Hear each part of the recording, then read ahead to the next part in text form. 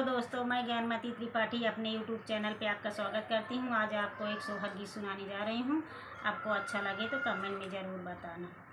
गोकुला में जनमे कन्हैया, बाधैया लागी बाजे, बाधैया लागी बाजाई हो। सखिया जसोदा जी लेती बलैया, महलिया उठे सोहरे, महलिया उठे सोहरे हो। सखिया यशोदा जी लेती बलैया, महलिया उठे सोहरे, महलिया उठे सोहरे हो।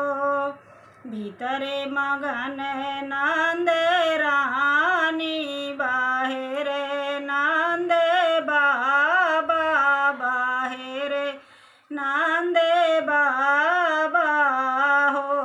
सखिया पलना में झूले कन्हैया, देखते नीक लागे, देखते नीक लागई हो। सखिया पलना में झूले नंद लाल, देखते नीक लागे, देखते नीक लागई हो। गोकुला में जनमे कन्हैया, बाधैया लागी बाजे, बाधैया लागी बाजाई हो।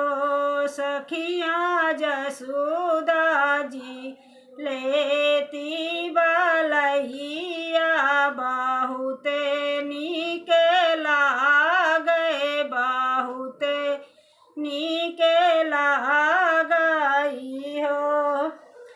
नाचे रही धरती गगन, झूमे चराणे पवन, चूमे चराणे पवन चूमे हो। सखिया देवता भी फूल बारे सावे, दार से बीनु आवे, दार से बीनु आवई हो। सखिया देवता भी फूल बारे सावे, दार से बीनु आवे, दार से बीनु आवई हो।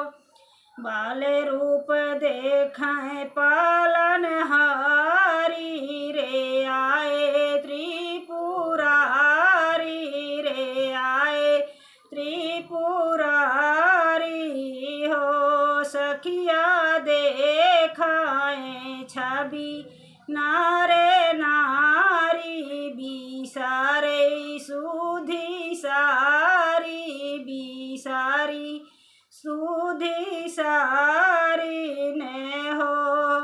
गोकुला में जनमे कन्हैया, बाधैया लागी बाजे, बाधैया लागी बाजाई हो। सखिया जसोदा जी लेती बलैया, महलिया उठे सोहर, महलिया